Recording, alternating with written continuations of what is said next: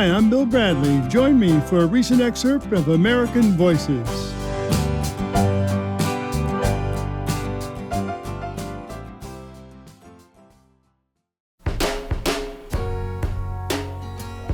Sister Mary Scullion paved the way for helping the homeless. She was named to Time's 100 Most Influential People in 2009. John Bon Jovi has called her the Michael Jordan on the issue of homelessness. She co-founded Project Home, which helps people who are unhoused in Philadelphia. Sister Mary Scullion is here with me now. Thanks so much for joining us, Sister. Thanks, Senator Bradley, for having me and talking about the issue of homelessness in our cities and country. It's an honor to, share a little space with you, Senator Bradley. I really admire you for many, many years. Well, you're so kind to say that. You made my day. So, as a child, when did your interest in helping others begin? Not just homelessness, but helping others. When I was in high school, I was part of a volunteer group that worked in camps for underprivileged children that taught and tutored kids in low-income neighborhoods. And I really developed a passion for creating opportunities for others to be successful. Do you think that's one of the reasons you became a sister? It is. It is because in those days, that's a little bit over 50 years ago, it was a really wonderful pathway because women were able to do things as sisters of mercy that they maybe would not have been able to do just as a woman. Really? Like what? Like, heads of hospitals, heads of nonprofit organizations, in politics. I mean, not that I'm in politics, but addressing homelessness can be a political issue. Mm-hmm. Sure. Women were not as frequently called upon in leadership as men in those days. Be more creative too in this kind of work, doing it as a sister of mercy. More creative? In what sense? I was able, along with Joan, to start Project Home as a nonprofit organization from nothing, and I think the reason that we were able to do that is because the community which surrounded us, supported it and helped us get off the ground. Mm-hmm. Well, you once spent a week living on the street in order to learn what others experienced. What was that like? Did anything shock you about the experience? The thing that shocked me the most was how physically it affected me. Really? I really was almost sick by the end of the, 7 days.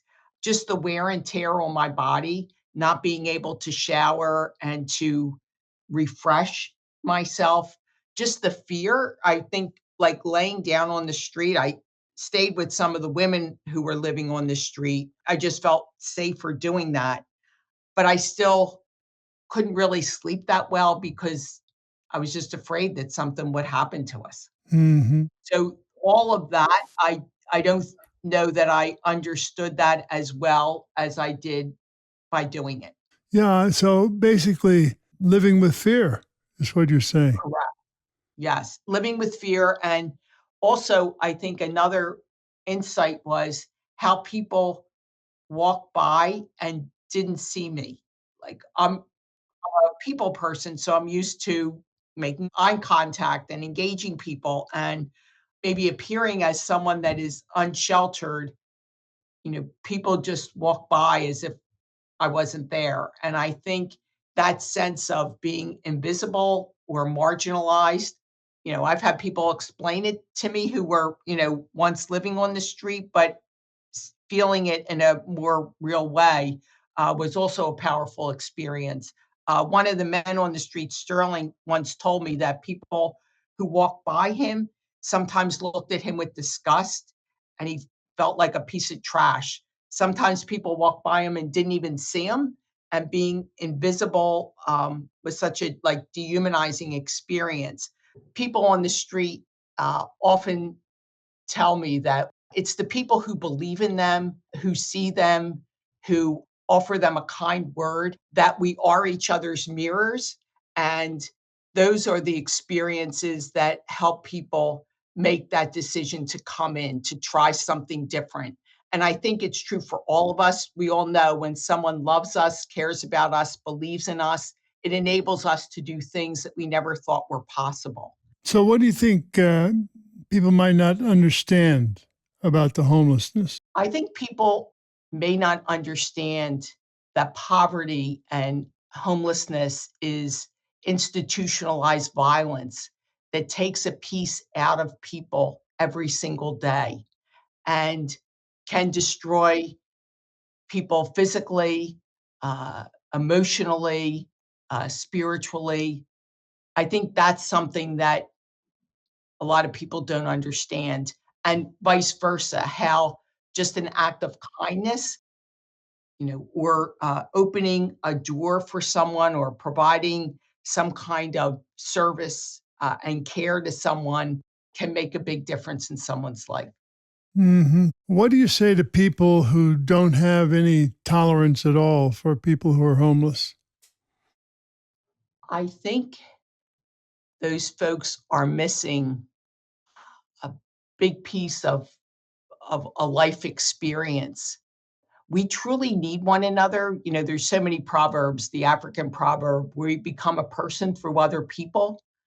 I firmly believe that the more people who are different, come from different places, think differently than we do, if we can be a little open to one another and learn from one another, the world will be a much better place. But as Dr. Martin Luther King says, we're part of an inescapable reality, and what affects one of us directly affects all of us indirectly. So you can't help but we're part of a whole. You can't cut off your arm and think you're going to be Mhm. okay. It takes us all to, be the world that we want to be. But, policy affects this issue. I remember beginning in the 1960s, many people who needed mental health treatment were deinstitutionalized. And that was the way they were dealt with. They're no longer going to be in institutions. They're deinstitutionalized, with the assumption being that somehow or another there'd be neighborhood mental health centers, but that didn't happen. And the state hospitals were closed. How did that affect the people that you met? Well, that was a profound change. Not only were the mental health services not accessible to those folks, but there wasn't housing that was affordable where people could stay. So, Hmm. I mean, I was working on the street shortly after that time and met many of the women and men that were deinstitutionalized. We, as neighborhoods and community, were not well prepared to accept the people that were being discharged from the state mental hospitals. And they were some of the first people to appear to be on the street. We would say they were like kind of prophetic in calling the attention to our society that something's really radically wrong. The good news is that in working with many of those women, that's who we started working with at the time, many of them came in.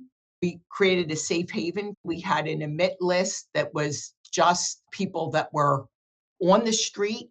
They were the only people that we would take in. And many of those women came in over time. And with support from the mental health system that was designed around their needs, not the institutional. They came on site, they worked with the people on the street.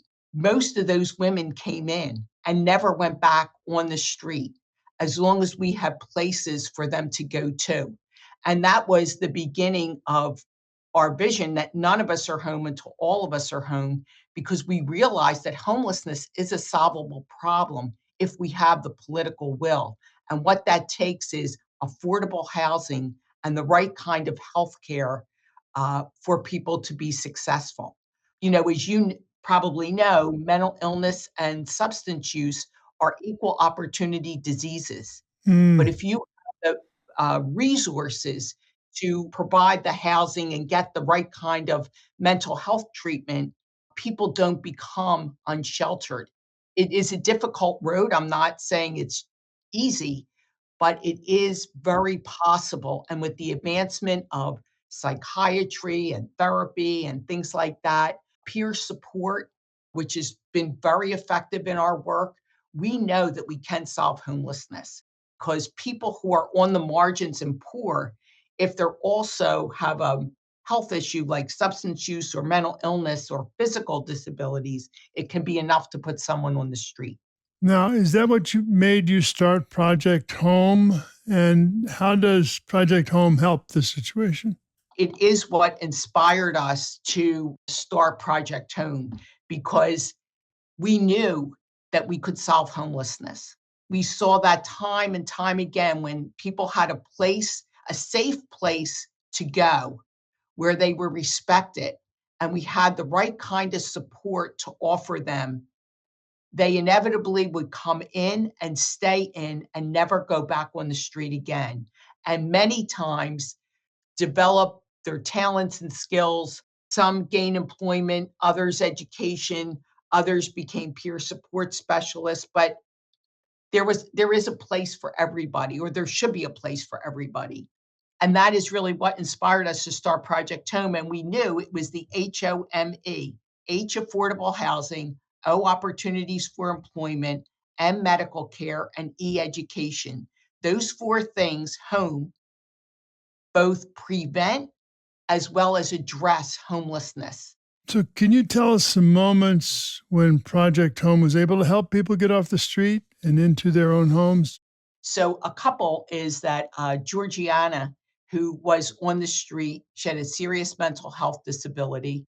She was kicked out of her apartment by her landlord for not acquiescing to his wishes. And she ended up on the street with all her possessions in a shopping cart. And she, that winter, lost 9 of her toes due to frostbite. Hmm. But someone in the neighborhood who, was offended, I guess, by her presence there, set her shopping cart on fire.